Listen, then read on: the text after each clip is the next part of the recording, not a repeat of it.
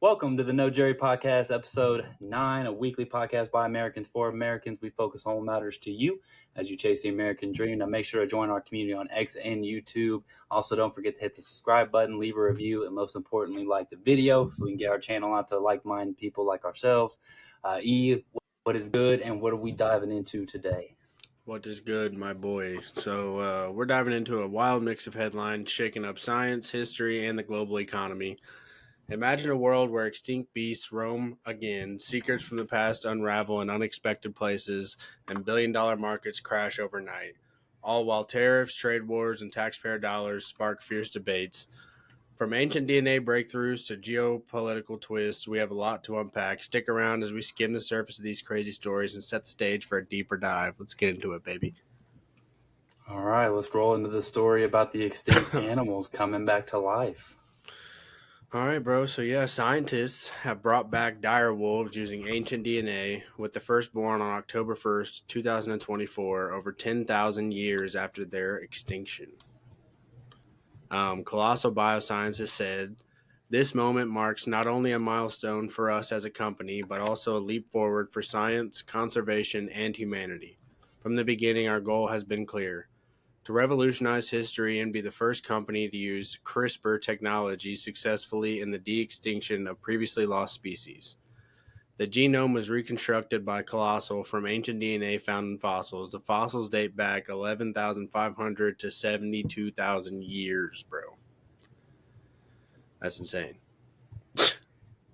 Where does it end, though? I don't know. I mean, I don't know about you, but I think we've seen multiple movies at this point pretty much documenting why this is a poor idea, but Yeah. Speaking of that,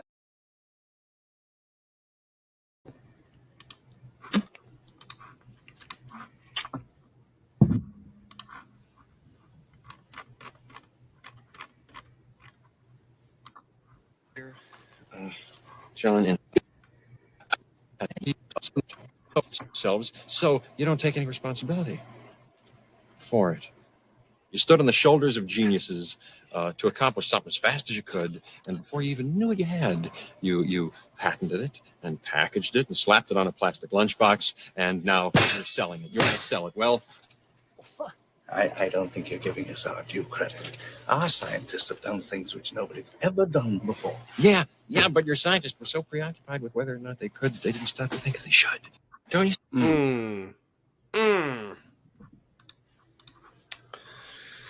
Yeah. So that's kind of what you play with. It's kind of what you play with. And, you know, with these dire wolves, they're about 4 feet long at 6 months old. So they're ginormous. Any Game of Thrones fans know that's where, if anybody can remember, there was dire wolves in that one. Jon Snow had the coolest one.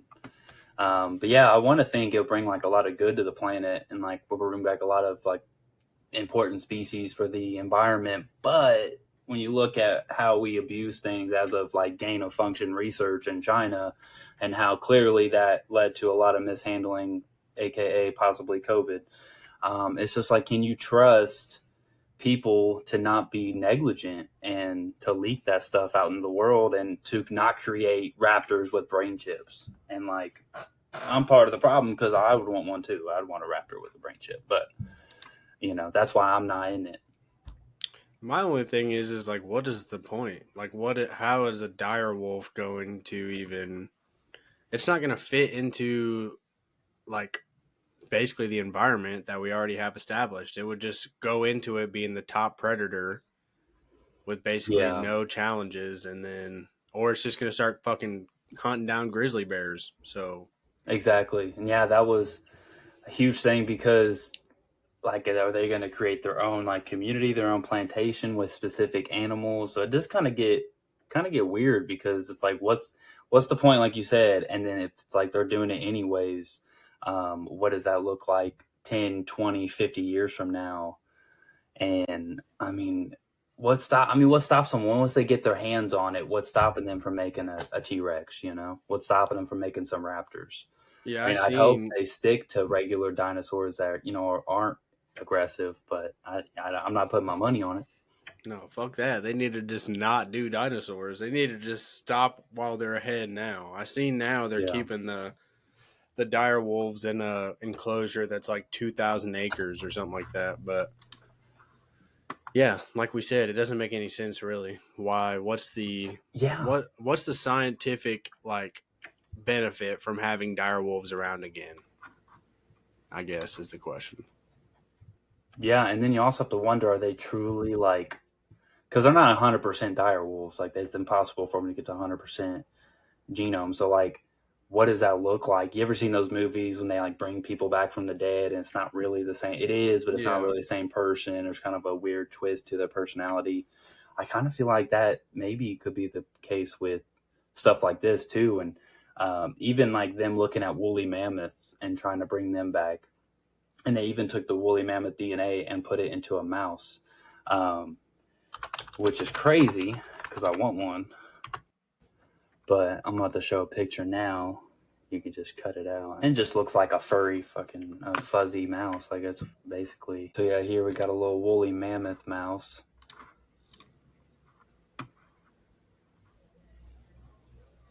And Yeah, it's basically, nuts. yeah. And, apparently, from what the company said, because he went on Joe Rogan's podcast, he had talked about the company not doing it for a profit basis, like because there's a lot of zoos that are like coming at like throwing money at them for the dire wolf stuff so they can breed, and also throw money for the mammoth mice. They really want those, but they said they're going to try to stick to a museum kind of standpoint and try to only give it to like museums. And even then, I don't think they'll give them like a male and a female, maybe two males, two females, or something. But What is a yeah. museum gonna do with a wolf? Well, I think the mice. I think they were mainly interested in the mice, but Oh, I mean, I'm sure if they could get their hands on the direwolf, they'll figure something out. God, that's just what I'm saying, bro. I Yeah, mean, it's like yeah, and then also like changing heads at companies happen all the time. New CEOs come in, new funding comes in, and pushes different motives. right. I'm pretty sure I've seen about the woolly mammoths. I'm pretty sure do something good for the environment in terms of like the gas that they release or something like that is good for the environment. But I don't know what the wolves could be for. So yeah, bro. Now diving into another crazy story. Adolf Hitler went to Argentina. Argentina is releasing all secret documents about all the Nazis that fled there in South America after 1945. Over 10,000 reported Nazis escaped prosecution. Yeah. It says here that both CIA and FBI reports confirm that Adolf Hitler escaped to Argentina after the war and lived until about the late 1960s. He had fled there after World War II, aided by America, where he lived for another 20 years and had two daughters. The president of Argentina is set to release those documents soon. And the CIA had already been like there's proven that those documents that they had been looking for him in South America. And there's also, just different stuff like theories that's been going on for years. And it's always been kind of like, oh, no, that's fake. He died in the bunker. Even if you look up Gronk, and AI will be like, there's no evidence that he didn't die in the bunker. But yeah, it's just crazy, man. More stuff coming out, and makes you wonder, what all the stuff we were told, what was true and what wasn't. Yeah, bro. I mean, what's the evidence that he did die in the bunker? That's $1 million question. Well, that's the thing. There's no bones, body, nothing, no teeth, nothing that was found. Right. So they just expect us to just not think too much about it and just believe that we got him. We got him in that bunker. Nah, bro, among other things that they do with it with. Yeah, y'all didn't get him. That's fine. Nah. Just go ahead and admit it. We didn't get him. They said he killed himself in the bunker because he gave up and knew that it was imminent that he was going to die. I don't know, bro. I feel like I don't know. They just don't math, really. They don't track well. No. So, they released a documentary in 2015, Hunting Hitler, and it challenged the narrative that he died in his bunker as well. Yeah, and I remember when that came out, people were like shaming it because it was like just, another conspiracy theory, and they throw that label on it. And, the more these documents, which is good that, we've kind of set that trend of being transparent and like releasing stuff. So, as time goes on, people are like, yeah, we're going to jump on that train of transparency. So that's good. That's good. The more people throw around the label of conspiracy, that's usually the topics that are worth the most diving into. Facts. if we haven't seen nothing in the last 6 months, it's that a lot of those conspiracies have come to be true, which we thought for a long time leading up to that even. Yeah, so Dow Jones over the past week went as low as 2,200 points, as 6.4 trillion was wiped out in a 2-day bloodbath as China declares trade war over Trump's tariffs. After Liberation Day, kind of this whole last week, I mean, we were calling it last pod and the pod before that we're approaching buying zones and buying times, and people who have been looking for a time to buy or time to start an IRA or anything like that, we're coming to those times to get that ball rolling. And it was kind of crazy, man, just to see, it was kind of a repeat from COVID, which is actually what got me into the investing world, was just seeing the week of March 12th through the 17th. I'll never forget it. There was everybody on the planet, news station, hedge fund managers, experts were coming on the channels, and they were like, I don't know how the economy is going to recover from this. This is worse than the Great Depression. And then come to find out, because everything's public record, those same people on those news stations were buying millions upon millions that week at record lows. So as they were telling everybody to freak out and sell, they were buying up all that they were selling. So it kind of rings the same like this last week, just the same old script that they do, and they just keep turning it over and over again. Once people figure that out, then it's really key to investment decisions, because like Warren Buffett says, you buy when there's blood in the streets. And what was it Rockefeller said before the Great Depression? He knew he needed to sell when his shoe shiner was giving him stock advice. So yeah, I mean, that's just like I told you earlier today about that bro at that random farmer at Tractor Supply. He was like, oh, they're just shutting down the stock market. It's just they're controlling it. Market manipulation. It's up and it's down. It's up and it's down. It's like, buddy, you've been around long enough. You should just know at this point that that's what it does. But especially during uncertain times, volatility and uncertain times go hand in hand. right, and like it's crazy. The whole thing sounds crazy when you think about it, but I'm glad it's going down. I mean, I say that because 10% of people own 90% of the stock market. So majority of people who own stocks are the top 10% of people. So Trump is actually hurting the rich, even congressmen and women who are also heavily invested into the same markets. So it's not like they can't say that they're doing this for government or for basically any kind of political reason. And or his rich buddies, which is what they Right. always say, him and his rich buddies. Which, I mean, there's multiple ways you can look at that. If they're smart and they sold out, that's causing the crash, and then they're going to buy back in cheaper. But Well, I actually, and you think about what really I think caused it was just the initial Liberation Day, right? All these tariffs spread out, going like instantly through all these countries. And the news covering that, like, oh my God, this is what, he's is worse than we thought. It's going to cause a depression. And what they weren't reporting on is that a lot of those countries, up to 70 countries, were trying to call back to negotiate with us for new deals. And in some cases, 0-0 on each end, which is beneficial to us, because the whole point of these tariffs was they were built up after World War II to build up these economies because we were the superpower. And why are we still running off those same margins from back then when these people are built, these governments, these economies are built up? Why are we still getting screwed? yeah, even if they're not built up at this point, we've let them, trail along and ride along our coattails long enough. It's time that we, like we're doing, shift things around to where we're not paying for everybody else to survive while nobody else is paying us for shit. That don't make any sense. And then you got these Democrats, bro, that are just hardcore, just preaching, like being Chinese sympathizers, right? And it's the same people, bro, 10 years ago, right? 10 plus years ago, we're screaming the same points that Trump is talking about now when it comes to China owning us, China screwing us over in the trade in the trade economy. And I mean, you look here, right? Let's go ahead and pull up. We got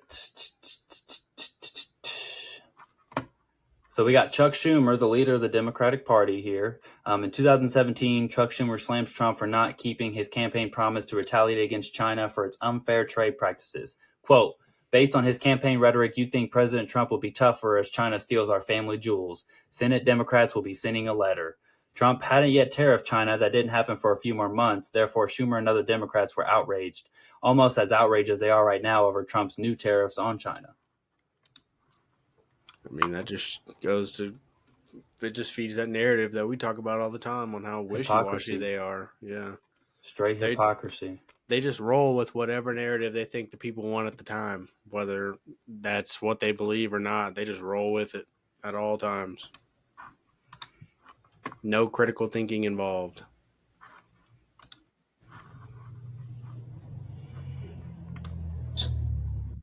We have mortgaged our foreign policy. Everyone's out there going, oh my God, how in God's name? The Chinese came here and the president didn't get anything. Guess what? They own us. Hmm. Who's that? Do you know who that was? No, we all knew who that was, buddy. I don't know. It don't look like the guy who was president, that's for sure, to me. The facial structure looks a little different, but we're not going to go down that rabbit hole. I went down that rabbit hole with Morgan last night. So yeah, I mean, it's just crazy, man. Like, it just shows, like, if people just knew their history, that's what they're banking on, is that people don't know, like, they're not going to remember. And like back then, they didn't know that the internet was going to have receipts all these years later, right? And if they did, they thought they would always have that grip around censorship, like they did around COVID.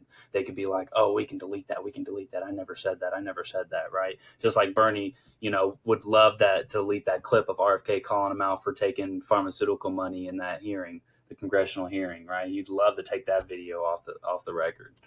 Yeah, that clip ain't going nowhere. We're gonna make sure that one keeps on circling around for the foreseeable future, for sure. So, yeah, and I mean, here we have Kevin O'Leary, one of the bigger investors in the country, one of the bigger entrepreneurs and capitalists, and he kind of talks about, and he said, the 140% is not enough. I want 400% tariffs on China, because not only are they screwing us now, they've screwed us in the past. And if we let them, they'll just keep on screwing us. That's for sure. Mm-hmm. Plane to Washington are not enough. I'm advocating 400%. I do business in China. They don't play by the rules. They've been in the WTO for decades. They have never abided by any of the rules they agreed to when they came in, for decades. They cheat, they steal IP. I can't litigate in their courts. They take product, technology, they steal it, they manufacture it, sell it back here. Never has an administration. 400% tariffs? What would that look like? Xi on an airplane to Washington to level the playing field. This is not about tariffs anymore. Nobody has taken on China yet, not the Europeans, no administration for decades. As someone who actually does business there, I've had enough. I speak for millions of Americans who have IP that have been stolen by the Chinese. I have nothing against the Chinese people. They brought great literacy, art, and tech to the world. The government cheats and steals, and finally, an administration, you may not like Trump, you may not like his style or his rhetoric, finally, an administration that puts up and says enough. 400% tariffs tomorrow morning. He'll tell you why. Xi can only stay the supreme leader if people are employed. If we wipe out any business there, because we are still 39% of all consumables on Earth and 25% of the world's GDP, America is the #1 economy on Earth with all the cards. We will not have that forever. It's time to squeeze Chinese heads into the wall now. Well, hold on a second, Kevin. Well, I hear you, but hold on. Don't you just love it when they're like, hold on, the producer's telling me a point that I'm going to shove down your throat, and it's not going to make any sense to what you just said, which he continues to do in that clip. So we're not going to show that because our brain would start to hurt. Yeah, I mean, it's necessary at this point. He's not wrong. Yeah, man. And then, you look at, people were blaming Trump for the stock market crash, and they're going to be the same ones that says that he has nothing to do with the stock market being good when it reaches all-time highs again. Yep. And that's the irony in it. 100%.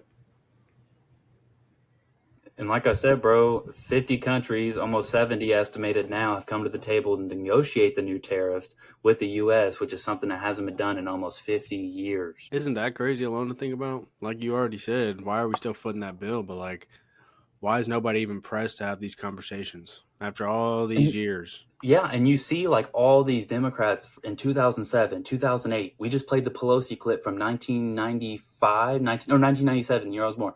We played that clip and she's showing this whole chart.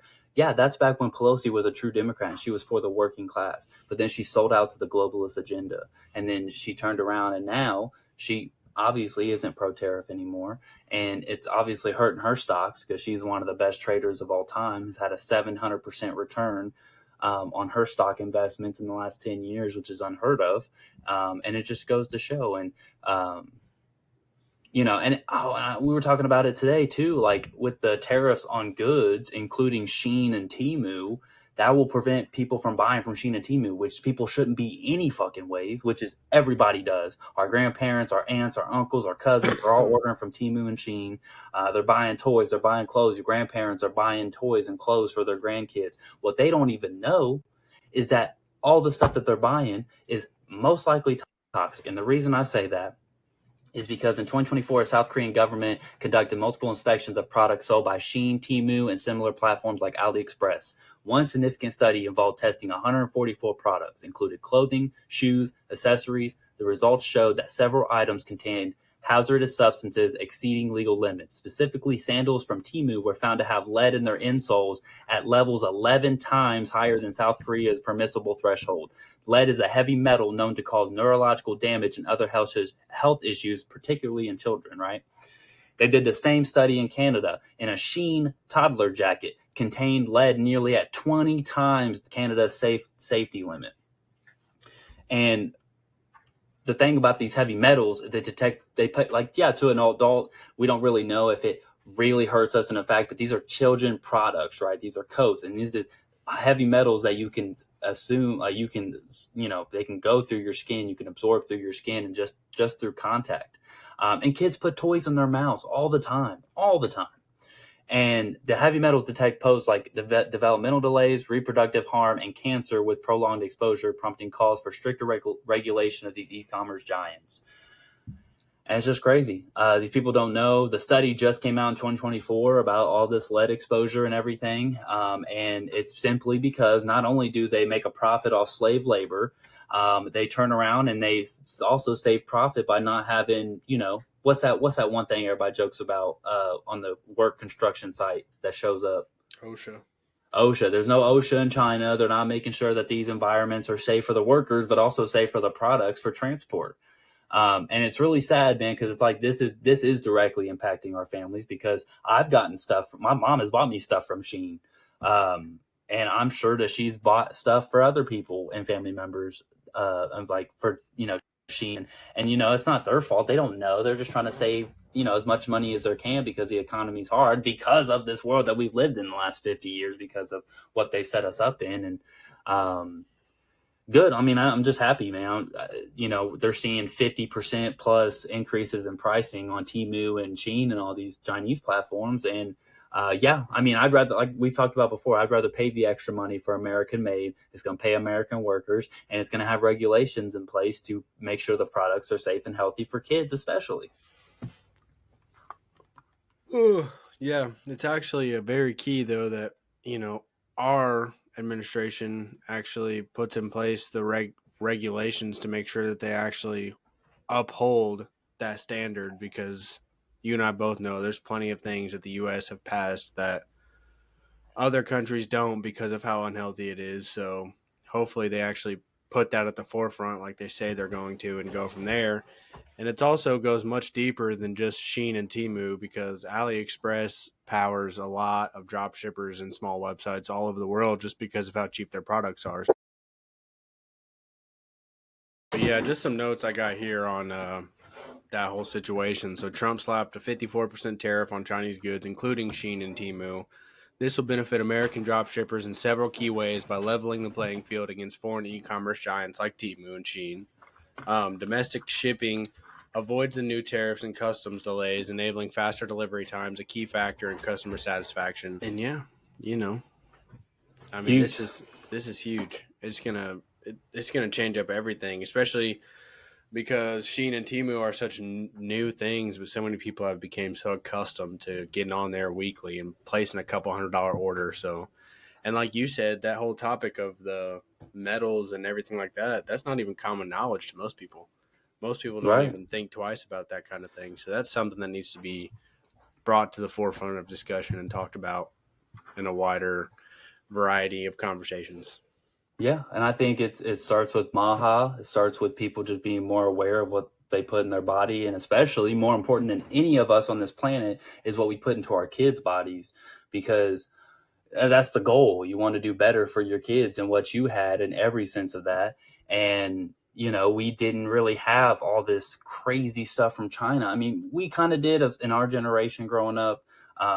But I mean, it's even crazier now. I don't think you can really find anything in your house that's not made in China, or any building really.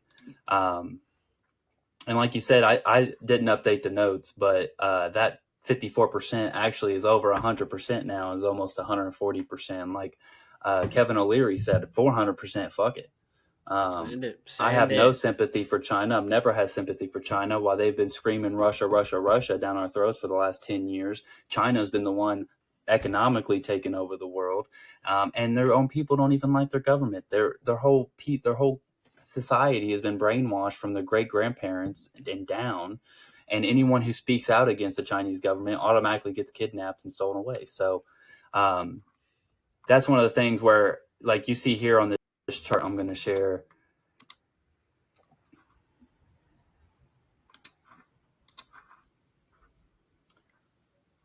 you can kind of see here, this is the year 2000, and you have all our trading partners here, right? And then we fast forward to today. And this is what these governments have let happen by not putting pressure on China. And I'm talking about majority Democratic power. We went from Biden to Bush to Obama and to Biden, right? And Trump had tried to put pressure on China, and there's theory on why a certain thing was exposed out of China to slow us down, and to expose the whole world. Rather, that was deliberate or just negligent. We don't know. There's really no evidence on that. We know it did come from a lab now. The CIA is willing to admit that, even though that was considered a conspiracy theory years ago, that it didn't get leaked from a lab. It just goes to show how we've just let China take advantage of us. And they don't do fair trade. We've allowed them to be part of the World Trade Organization, and they've abused that ability since we've allowed them in. And it's about time, as a world superpower, that we stop letting them build up. And with us being at a $300 billion trade deficit, it's about time that we fix that. I mean, that's a yearly $300 billion that we are in negative with China every year in trade deficit.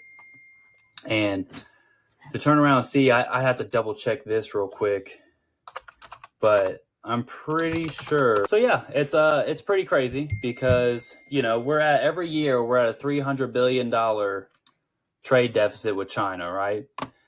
Their yearly budget for their defense and their military is $246 billion. So in a sense, we're building up their military, and we have been since the year 2000. So not only have we been building you up, but then you're going to turn around and say fuck you and try to slap back us with tariffs. And that's why Trump said, nah, fuck you, I'm putting 140% on you. And as soon as he did that to the European Union, they said, we don't want the smoke. We're ready to negotiate. We're not going to pressure back on you. All these countries are coming back to the table now.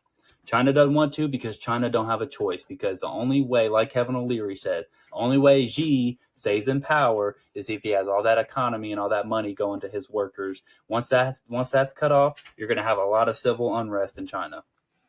100%. And I think, that whole situation is only a matter of time. He's been due to be out of a position of power anyway, so it's only a matter of time before his people hopefully do it for us, so we don't have to worry about it anymore. Yeah, and it's just like China, like I said, people talk about Russia, Russia, Russia. China truly wants to see our demise. This is the art of war at hand right now. And you can even see right here, this is another issue that we've talked about before, and we've talked about for years. Like, this is strategic land around our military bases that China owns all throughout the country. and they're specifically around military bases. Why would they do that? I mean, it makes sense for them. So it's like, yeah, and it's more than just tariffs, man. It's really, they don't talk about this in the media because it's more than just tariffs. They will talk about anything and everything to defend China instead of their own country. I mean, look, we can even pull up this video here of Mr. Chuck Schumer, leader of the Democratic Party, bro. This mug, literally April 9th. This dude, man, he drives me nuts.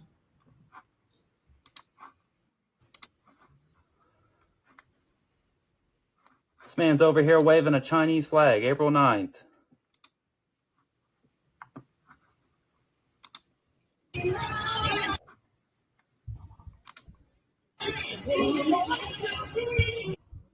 My computer.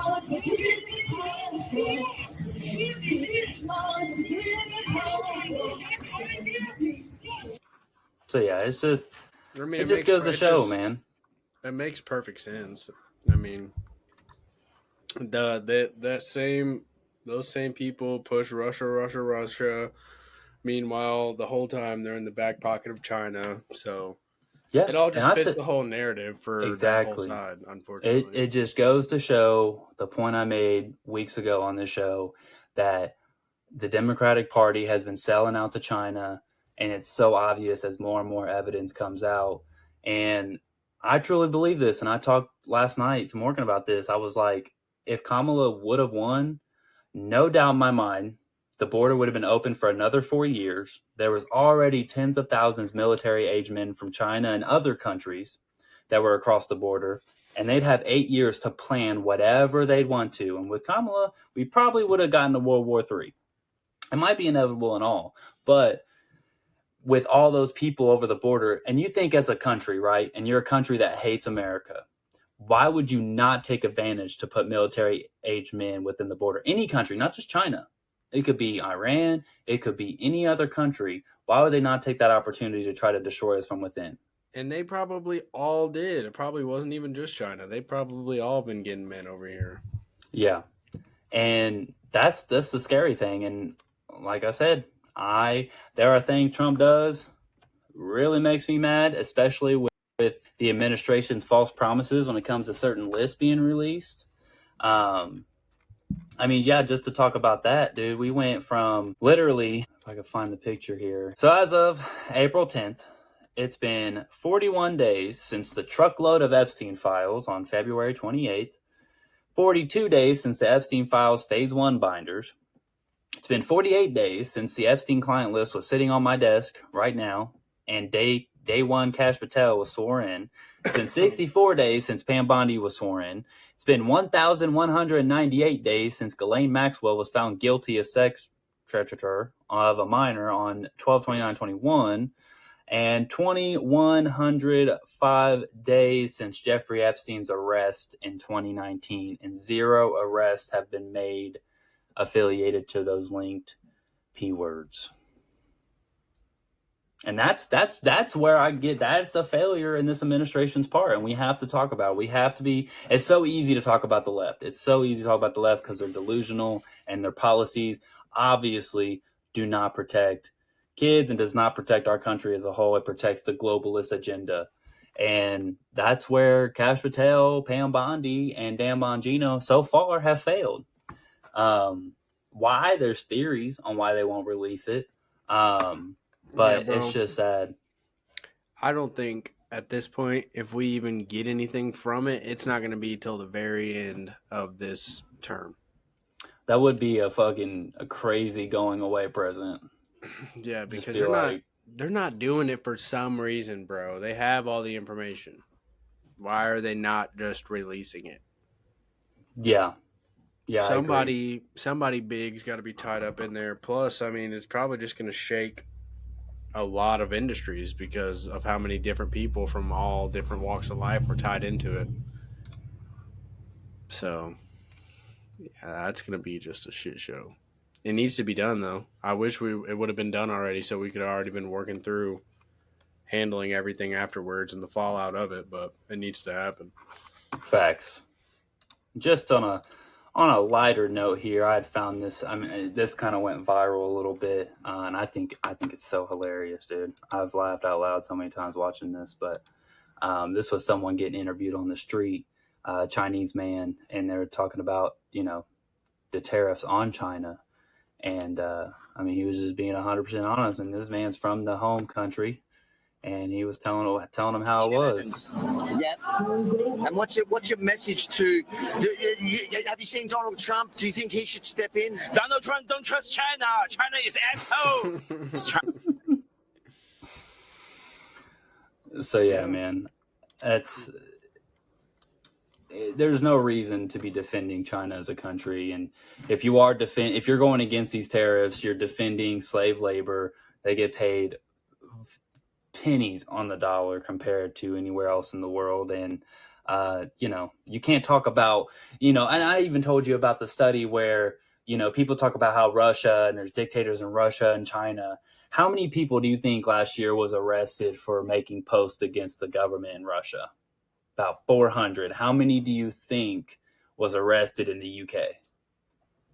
I couldn't tell you. 4,000. 4,000. And this is as of recently, too. This has been happening a lot recently, too. But people are actually getting arrested and put in jail for what they post on social media when it's negatively against the leadership and the government in the UK. 400 to 4,000, and Russia's the bad guy. And Russia's not perfect, but Russian people love Russia. And they're very patriotic. They're all just weird, bro. You should be able to oppose your government anyway. The fact that they can't is just insane to me in general.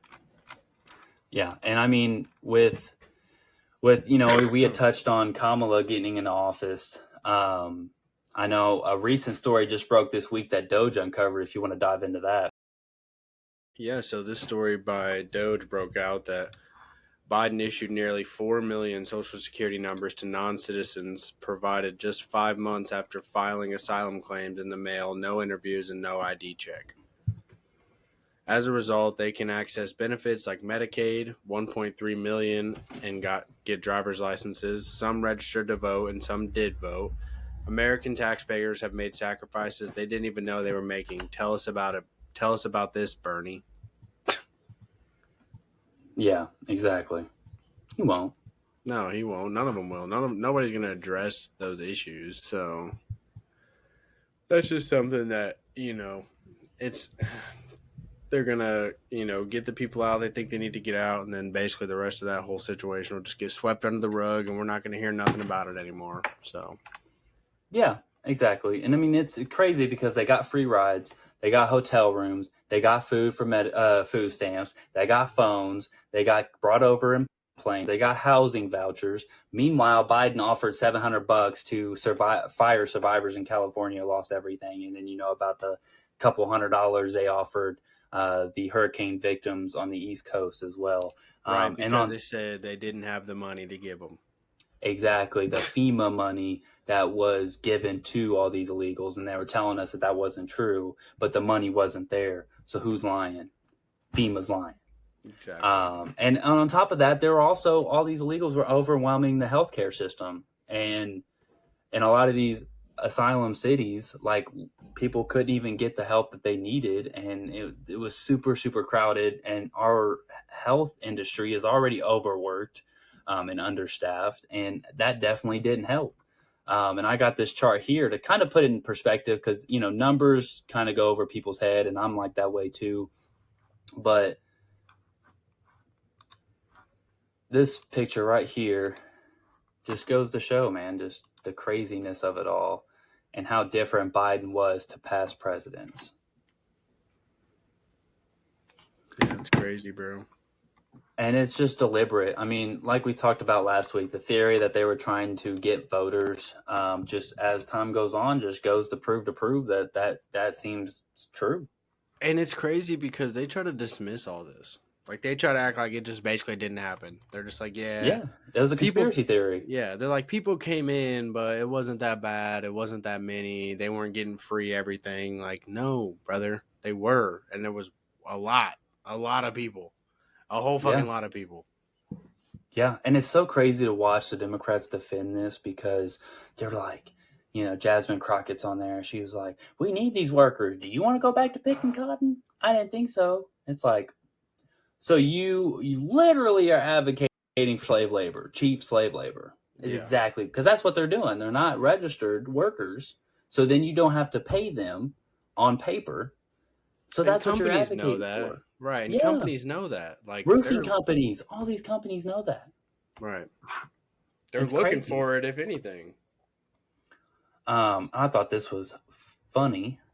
Old Scott on CNN, the only good anchor on CNN that's probably keeping their ratings of where they are from plummeting, just went in, man. Because I mean, this is what they're doing this last week or two. Has just been defending China more than they're defending our own country and bringing manufacturing back to our cities. And we've seen in our lifetimes, man, that the cities have really dwindled down to nothing. Buildings are just standing there abandoned. Roads are as shit as they can be. And it's not gotten any better. And why is that other than money leaving our country as a whole? And the money's being spent. We're spending more money than ever, but we're 100% not seeing it. And everybody listening to this show and everybody who watches day to day knows that these cities are deteriorating slowly over the last 20 plus years. 100%.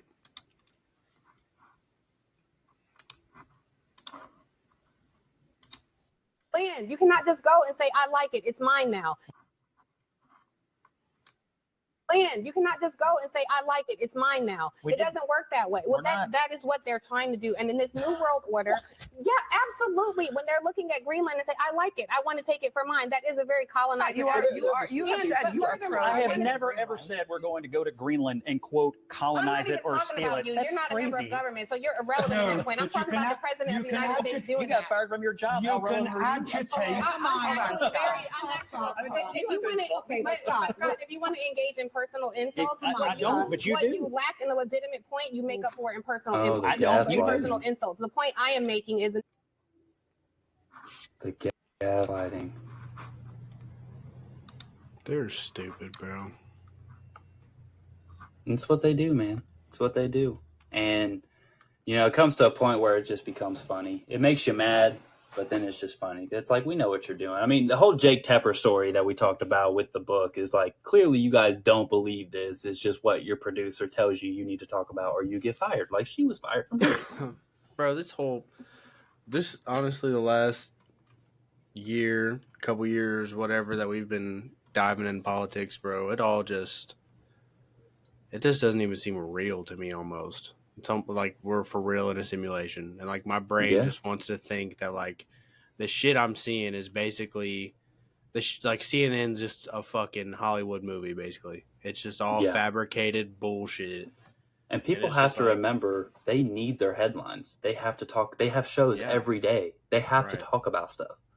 So the littlest things, the biggest things get minimized, and the littlest thing gets maximized, and they dictate on what they do with that. And The View, all these other leaning legacy media outlets, and it's just so crazy because they can't let their hatred go. I mean, oh my God, I seen this picture, dude, and it made me laugh so hard. Why does my Windows just be closing? It's so weird, bro. It's such weird energy. Where did journalism go? Where did it go where people wanted to talk about the real shit happening? They wanted to get the real story.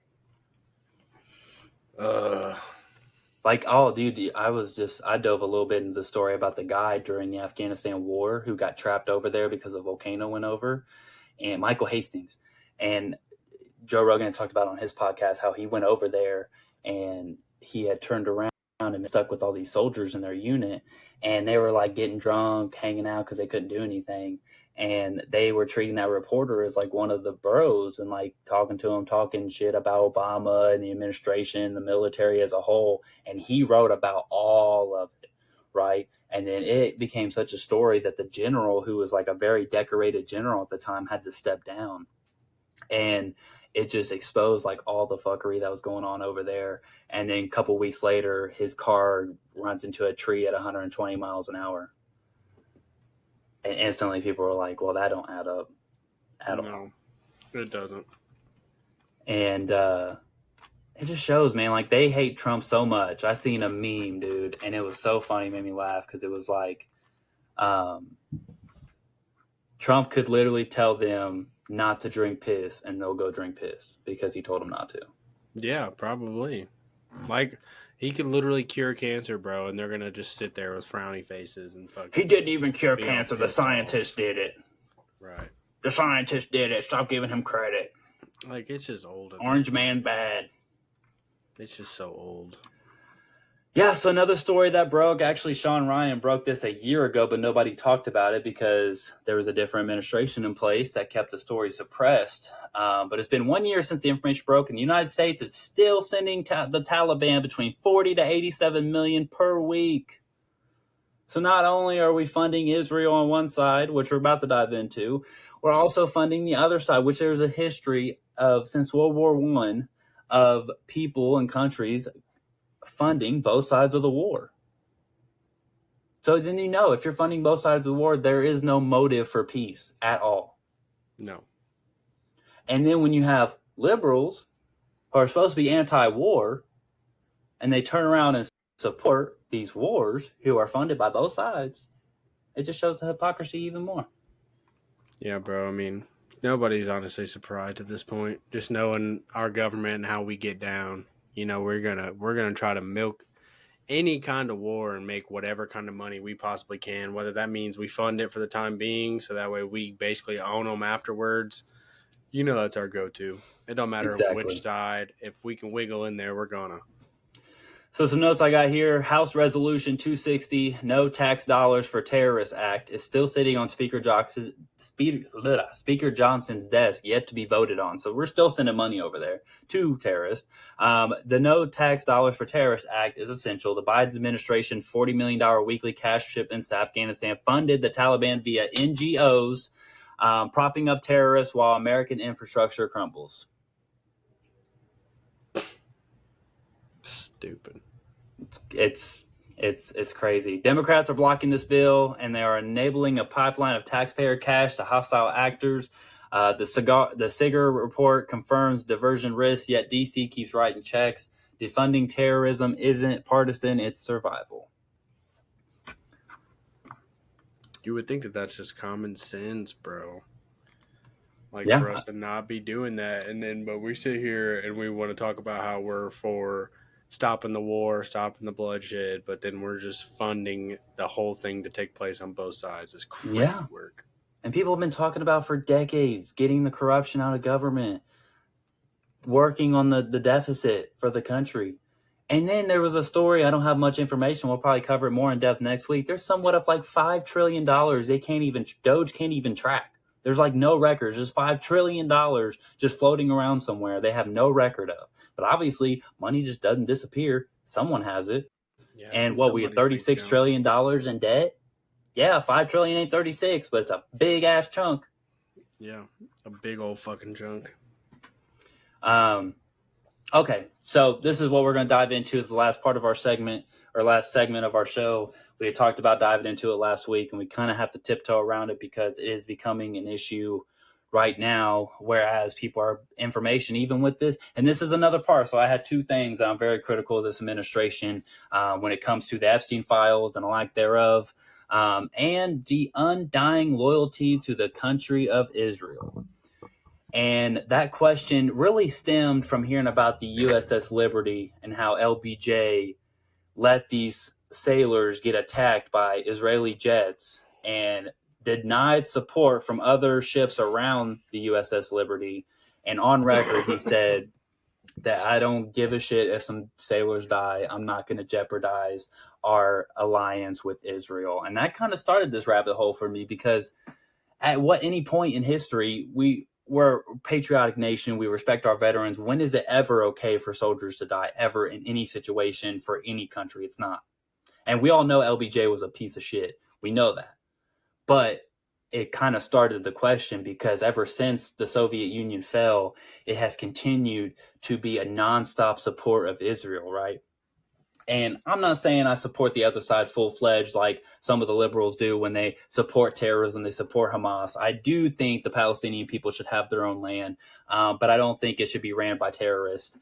So what that looks like, no one knows. That's the debate now. But when all this stuff started, man, was way back when, and the whole idea was AIPAC is Israel's the only country that can lobby our politicians. Why is that? And $2 million question. It's crazy because it's a question I've kind of been grappling with, and I just don't understand because I the whole point of the show is be critical of both sides, and especially be critical of Trump because we were so pro-Trump when the election happened, before the election happened, and we still are pro-Trump. But he's not perfect. If he was perfect, there wouldn't be talking points in 2028 election that they would harp on. And even his administration, from J.D. Vance down to Tulsi Gabbard to all these people, they full-fledged support Israel, and I don't understand why. And I think it ties into the Epstein files. And diving into this, and I've asked a lot of older people who've lived a lot longer than I have to kind of understand, especially history heads, like, why do we have this undying loyalty? I just don't get it. Like they've done some messed up stuff that's proven. And then there's theories about 9/11 and assassinations and other stuff, how JFK didn't want Israel to build up their nuclear program. And then a couple months later, he's dead. Rather, the Mossad, the Jewish CIA, was involved with that. There's, we may never know until they fully release all the documents in the JFK situation. And then also just Epstein's ties to Israel are so prominent, it's irrefutable because there's reporters that reported on it. Ghislaine Maxwell's dad was buried in Israel and had a whole ceremony in Israel for his death. And he was speculated to be an Israel Mossad asset. There's no evidence of that, but why else would he be buried in Israel with the whole shindig, the whole ceremony, if he didn't have ties to the Israel government, right? And then you have to think, well, Ghislaine met Epstein, and this is when their whole empire started, right? And people go down the rabbit hole where they're like, well, it has to be the reason they're not releasing the list. It has to be because Trump's on the list, right? I'm not going that far. I think if there was anything on Trump, the way they wanted to dig him through the dirt, they would have found something by now. Like every day they're trying to reach for anything. Something would have came out. He's not even on the flight logs, which are released at this point.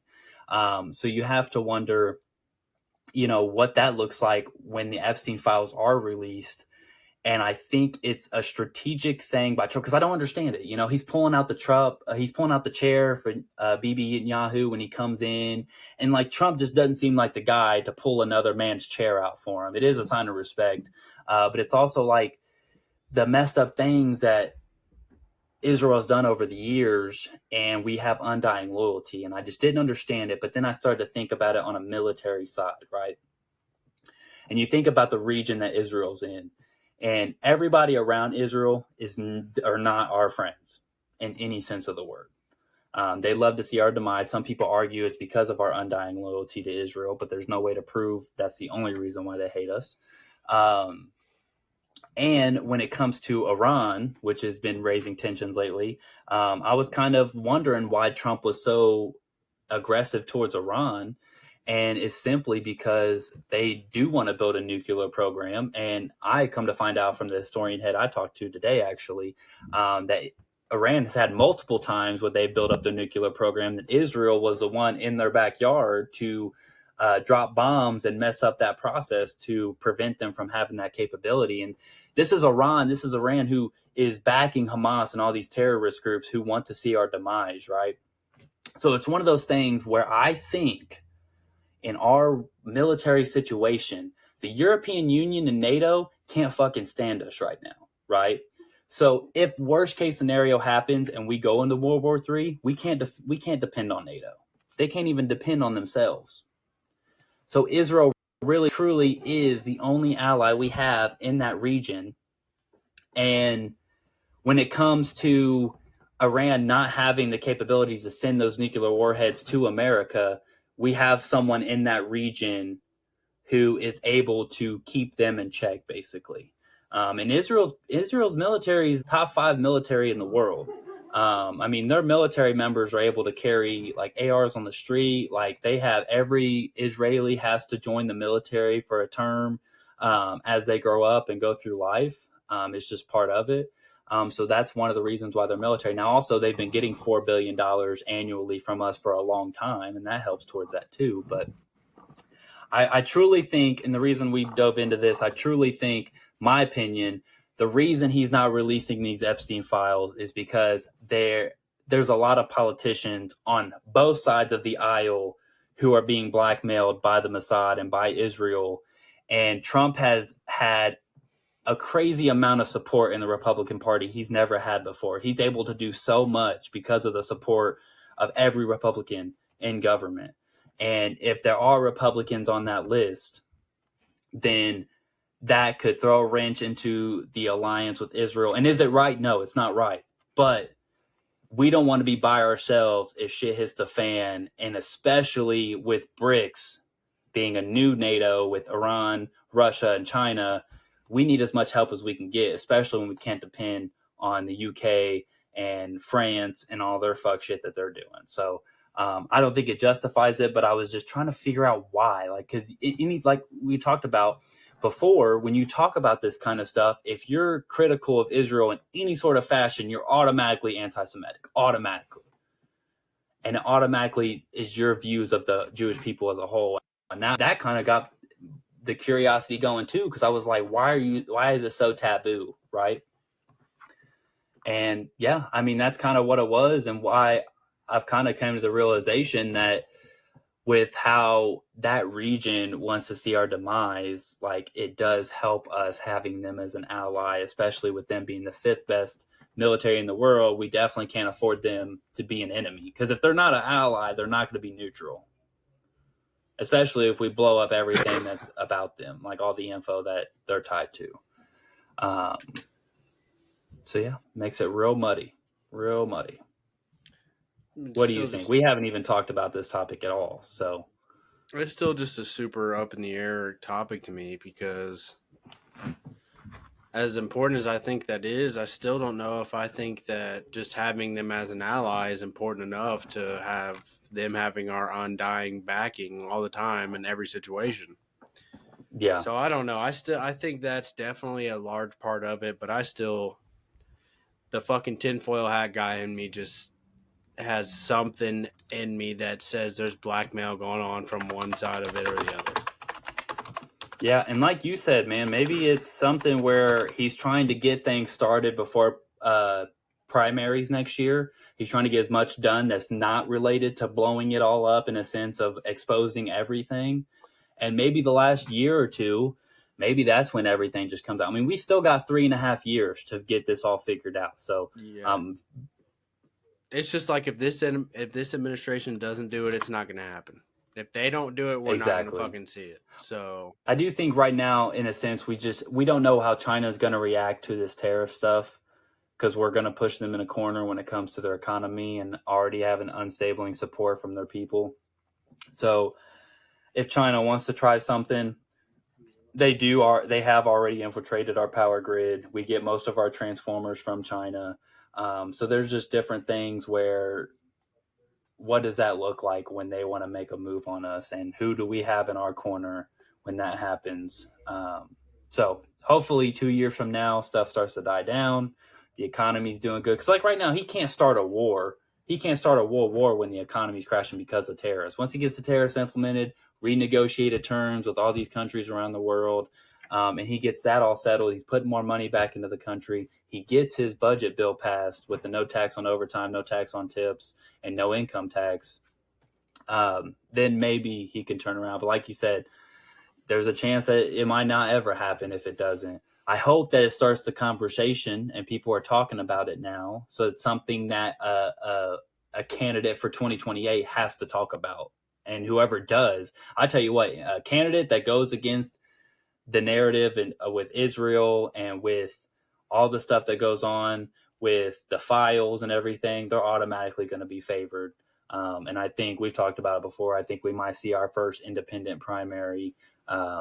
And that'll be key, man, to just free speech and getting rid of this 2-party system that's easier to divide. True, bro. And I just think, dude, it's just going to be so key to see how this situation plays out, because like you said, it's either going to be one of two ways. 2028, we're going to get the person that the people want and that is going against all this, or the giant U.S. propaganda machine is going to fucking infiltrate fucking podcasts and shit, and then everything's going to be chalked, and they're just going to keep on pushing their same shit. So yeah, just because it's going to be really key to see how the podcast and everything, like overall podcasts, shake out, because that was a huge determining factor in the last election. And if somehow those start getting, infiltrated, for lack of better words, I think it would get exposed. I think if someone came to someone and was like, "Hey, Joe Rogan, we got a deal for you to do this," he'd be like, "I'm not taking that, and I'm also going to do a podcast about it because that's crazy that you're trying to do this, right?" And someone's going to do it. Someone's going to be that whistleblower. Well, basically, at the end of the day, NATO's not worth a fuck. Israel isn't going to protect us from BRICS, and pretty much the best option is that these tariffs fucking wake the Chinese people up. They collapse from within, get new leadership in, and they actually just fucking work with us, because that would really be all it takes. If China works with us, Putin and fucking Russia already pretty much work with us on most matters. So if we can get China on they board, really want to. Putin said multiple times that he actually asked Bush, or was it Clinton or Bush? He actually asked to join NATO multiple times, and they were like, "Yeah, we'll get something going." And then some forces below shut it down, or above, forces above shut it down every time. So yeah, basically that's best case. Hopefully, these tariffs gets China in order, and then we can just move forward from there. Yeah, and I mean the gist of what we talked about, man, is like I said, like the whole goal of our show is to be to be critical of both sides, and it's obviously easier to talk about all the crazy stuff when it comes to the women in sports and the men and all this other stuff. But yeah, man, Trump, there's just stuff he could definitely work on, and that's the thing about Trump. You don't know what he's setting up right now by his actions and his words.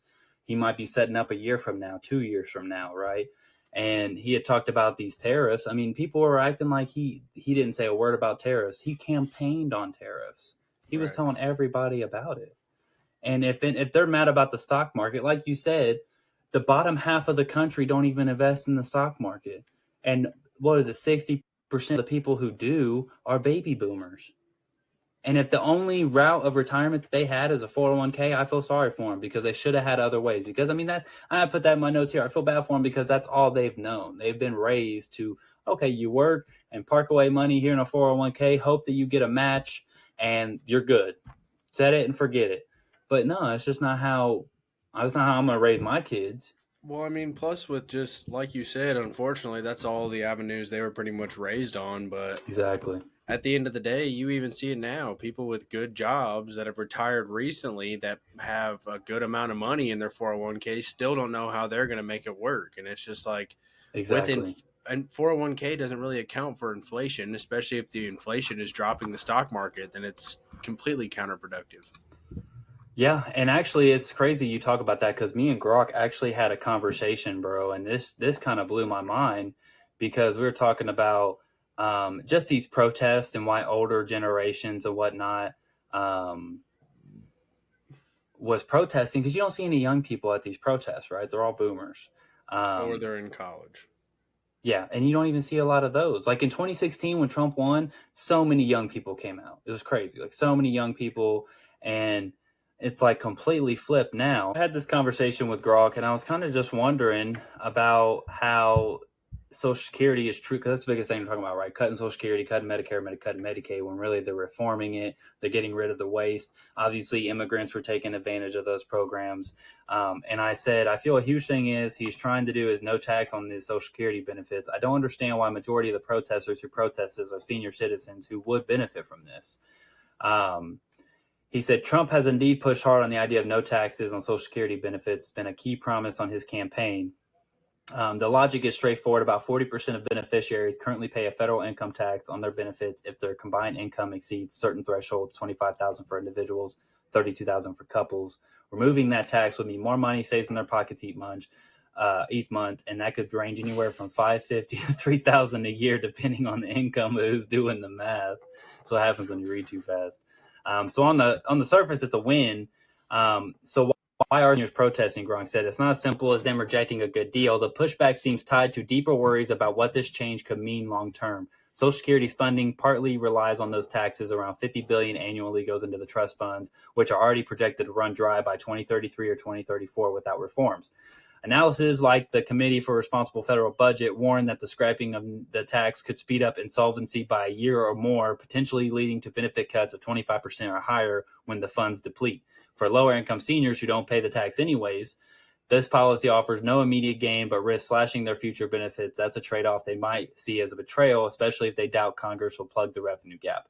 That I understand. I understand the concern with that and how they think because you're already cutting in, it's already in the sense going to be insolvent. Because we were raised that we weren't going to have Social Security when we were old. So don't even bet on it. Exactly. And they said that it might cut it by a year. If it's going to run out in 2033, what's the fucking difference? It's worth for them to go protest it if then now it's going to end in 2032. Yeah. Yeah. Like, you should have just prepared better, buddy. Unfortunately. Yeah. And and we kind of get into that because he said, then there's a trust factor. Trump's framed as part of a broader no tax agenda while promising to protect the program through economic growth and cutting waste, but he hasn't detailed how to replace the lost revenue, and some seniors might not buy the vague assurances. Post on X and reports suggest many fear it's a Trojan horse for broader cuts and privatization, especially with figures like Elon Musk talking about slashing federal spending. Seniors who lived through decades of Social Security debates might be skeptical, remembering past Republican proposals to raise retirement ages or trim benefits. The protests also aren't just about this one policy. There are a mix of grievances between 401k volatility, which we touched on, Medicare threats, and staffing cuts at Social Security Administration, making it harder to access services. That's because everything's done over the phone, which it shouldn't be done anyways. It's not efficient. And it says here, seniors might see the tax break as a shiny distraction from a bigger picture they don't trust. And let's be real, protests aren't always organic. Some could be amplified by advocacy groups or political opponents, framing Trump's plan as a threat, not a gift. Gronk said this. Yeah, I'm not giving any of it. I'm not giving any of the protests and shit too much fucking thought, bro, because like we've talked about, this isn't something that's going to happen overnight. We're already replacing revenue by adding the tariffs replace the revenue. The tariffs replace the income from taxes. Like, and if you cut out the waste, that will also help too. The people who are dead, and this is proven, people who are dead who are still claiming these checks, and the people who aren't legal are claiming these checks. And I responded to that, and it's great because I didn't realize that I was using Gronk all wrong and AI in general. I was using it as like a Google search engine, right? I ask a question and then I kind of just take the answer and then maybe I ask a follow-up question. But when you have a conversation and you're like, okay, and then what about this? What about these points? I said, if a vast majority of current protesters are older, would you say that they're experiencing trauma from past Republicans while the younger generation was raised that Social Security probably isn't going to be there anyway? Gronk gave me a little woo-woo. Said that's a sharp way to frame it, and I think you're onto something. The generational split in how people react to Trump's no tax on Social Security benefits idea could absolutely tie into past experiences versus future expectations. For older protesters, especially those in their 60s or 70s, there's a good chance they're carrying baggage from decades of Republican-led Social Security scares. Think back to the 1980s when Reagan's administration flirted with cuts, or the early 2000s when Bush pushed partial privatization. Both sparked massive pushback from seniors who saw the program as a sacred lifeline. Even if those plans didn't fully materialize, the trauma of almost losing something they paid into their whole life lingers. Fast forward to now, Trump's tax cut sounds nice, but to them, it might echo these old threats. Less revenue today could mean slashed benefits tomorrow. They've seen trust funds dwindle, and they fought to keep the system intact. Protesting could be less about rejecting a tax break and more about muscle memory, distrusting any tweak from the GOP figure, especially with vague funding promises. Younger folks, say under 40, grew up in a different world. They've been told since the 90s that Social Security is a ticking time bomb. Trust fund depletion dates have been a constant headline. Studies like the 2023 Transamerica Retirement Survey shows only about 20% of Gen Z and millennials expect Social Security to be there and to be a major income source, compared to 70% of boomers who rely on it now. They've been raised on "it won't be there for you" warnings, with X-posts and Reddit threads often joking about working till they drop. So what's Trump's plan? They might shrug. Less tax revenue just confirms their cynicism while fighting for a system they don't believe in. Some might even see it as a bonus if it hastens a collapse they think is inevitable, forcing a total rethink. Survey found 85% of seniors over 65 worry about Social Security's future, while only 35% of 18 to 29-year-olds think it will actually play a big role in their income in the future. If most protesters are older, it's likely their urgency comes from lived history defending what they have, while younger generations are numb to the doom loop and don't see the point in marching. Makes sense. Yeah, I mean, and then it just kind of shows the Social Security argument there. And like I went on to conversate with, is it will push the younger generations to pursue other avenues of income sources when they retire. Right, which you should be doing that anyway. Which we don't get taught in school, ever. No. School is a joke anyway. But yeah, I think that's big, especially it's the same gist, the same agenda when you hear these people and you watch these street interviews. And I think we'll go ahead and we'll dive into those street interviews next week. We don't have really time to get into it today, but just hearing the logic of it all, there's no logic on that side. And there's maybe 1 to 2 in an hour-long interview session of someone at a rally where someone actually makes good points and good views. But I'm not hearing it. I don't hear any logic, but I guess we'll see. We'll see what turns out. So far, like I said, I'm for everything that's happening except the files and the undying loyalty to Israel, even though I understand why that might be a thing. Yeah, I would agree. Brother. I think these tariffs and tax cuts and everything, all this shit's necessary, and it's a long-term game. It's not a short-term game. We got to take our medicine, like Trump said. We got to take our medicine because it's been too long. Yes, sir. And the ones who benefit from it are the maddest. Yeah, it doesn't make any sense, but it'll all shake out, I believe. So yeah, future is bright. Hopes. That's for sure. Yes, sir. All right. Well, I think we'll go ahead and end. This was a long one. I told you we dive into Israel last week. We dove into that. Touched on the current topics too. So next week we'll actually dive into Governor DeSantis and how he's shutting down. He's proposing a bill to shut down cloud seeding and weather manipulation, which to everybody else was a conspiracy theory. They're not manipulating the weather. So I can't wait for us to dive into that next week and kind of see what he's saying. And then also the history. We're going to look into the patents that the government has made when it comes to weather manipulation and what that looks like going all the way back to the 70s. So yeah, man, make sure you tune in next week and we'll dive into some more shit. Yes, sir. Everybody be safe. Get off Google. Yeah, get off Google. That's for sure. All right, y'all.